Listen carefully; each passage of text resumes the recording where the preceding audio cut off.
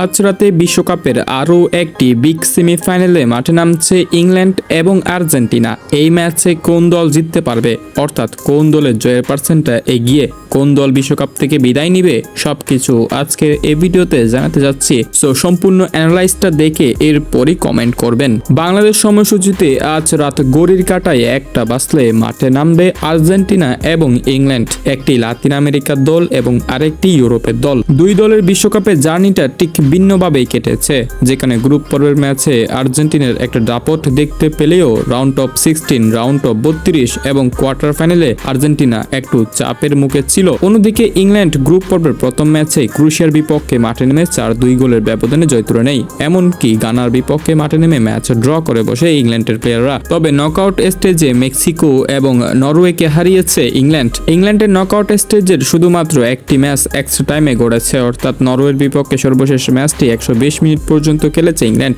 অন্যদিকে আর্জেন্টিনা বিশ্বকাপের নকআউট পর্বের দুটি ম্যাচে 120 মিনিট পর্যন্ত খেলেছে, একটি কেপ ভার্দের বিপক্ষে এবং আরেকটি সুইজারল্যান্ডের বিপক্ষে। তবে এই বিশ্বকাপে এই দুই দলের কোনো ম্যাচ এখনো পর্যন্ত ট্রাই ব্রেকারে গড়ায়নি। আমরা যদি এই দুই দলের রিসেন্ট ম্যাচগুলোর চাপ অনুভব করি, তাহলে ইংল্যান্ডের তুলনায় আর্জেন্টিনা অনেক বেশি চাপ অনুভব করেছে, অর্থাৎ রাউন্ড অফ 16 থেকেই তিনটি ম্যাচে বেশ চাপের মুখে ছিল আর্জেন্টিনা। পক্ষান্তরে ইংল্যান্ড কিন্তু চাপের মুখে ছিল না তা বললে হবে না। ইংল্যান্ড আর কঙ্গোর বিপক্ষেও চাপের মুখে ছিল, মেক্সিকোর বিপক্ষেও সামান্য চাপের মুখে ছিল, এমনকি সর্বশেষ নরওয়ের বিপক্ষেও কিন্তু হালকা চাপের মুখে ছিল। তবে আর্জেন্টিনা এই তুলনায় একটু বেশি চাপ অনুভব করেছে। সর্বশেষ আর্জেন্টিনা এবং ইংল্যান্ড মাঠে নেমেছিল 2002 সালে। সেই ম্যাচে ইংল্যান্ড জয় পায় 1-0 গোলের ব্যবধানে। তবে সেই ম্যাচের খেলোয়াড় এবং এই ম্যাচগুলোর খেলোয়াড় অনেক বেশি পরিবর্তন, তাই আমরা সেই ম্যাচটার তুলনা দিয়ে এই ম্যাচ পরীক্ষা নিরীক্ষা কখনোই করতে পারবো না। আমাদের পরীক্ষা নিরীক্ষা করতে হবে দুই দলের স্কোয়াড এবং গেম প্লে নিয়ে। আর্জেন্টাইন কোচ লিওনেল স্কালোনি সবসময় আর্জেন্টিনার টিমটাকে মিড ব্যালেন্স রেখে গেম প্লে করতে চায়। আর্জেন্টিনা কখনো উইঙ্গার নির্ভর গেম প্লে করে না, এমনকি স্কোয়াড ঘোষণার সময় লিওনেল স্কালোনি কোনো ভালো উইঙ্গারও রাখেনি আর্জেন্টিনা টিমে, কারণ তাদের প্রধান লক্ষ্য মিডফিল্ডার। তাই রিসেন্ট সব ম্যাচেই কিন্তু আর্জেন্টিনা বল দখল রাখার ক্ষমতা রেখেছে, বাট প্রতিপক্ষ ইংল্যান্ডের বিপক্ষে একই ধারাবাহিকতায় ম্যাচটা খেলতে পারবে না, কারণ ইংল্যান্ড টিমও তাদের মিড ব্যালেন্স রেখেই কিন্তু গেম প্লেটা করে থাকে। কারণ ইংল্যান্ড টিমের মিডফিল্ডারে আছে জুট বেলিংহাম, ডিক্লান রাইসদের মতো ফুটবলাররা, তাই ইংল্যান্ডের মিডফিল্ড লাইন ব্যালেন্স থাকবে, এটা অনেকটা স্বাভাবিক।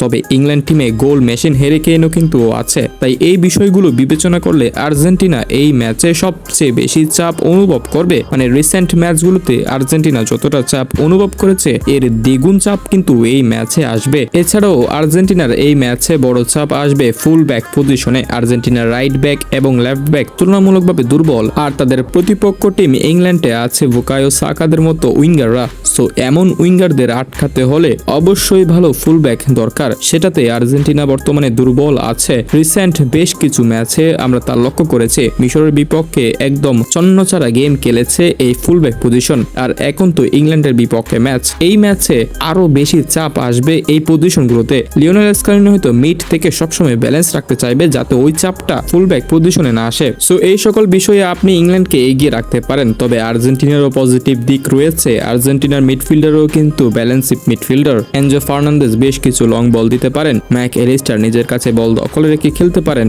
আর লিওনেল মেসি সর্বশেষ প্রায় ম্যাচে ভালো খেলছে। তবে আর্জেন্টিনাকে একটু হলেও এই ম্যাচে right back, left back, defence position এখানে কিন্তু একটু ভোগান্তিতে ভুগতে হতে পারে। সো ম্যাচ প্রেডিকশনে সবকিছু বিবেচনা করে আমি হয়তো 50-50 রাখতে পারি, কিন্তু আপনার দায়িত্ব কমেন্ট সেকশনে জানানো কোন দল জিততে পারে। মানে আমার প্রেডিকশনে দুই পক্ষের কাছে 50% করে দিলাম, আপনিও কিন্তু এই ম্যাচের প্রেডিকশন কমেন্ট সেকশনে জানাতে পারবেন।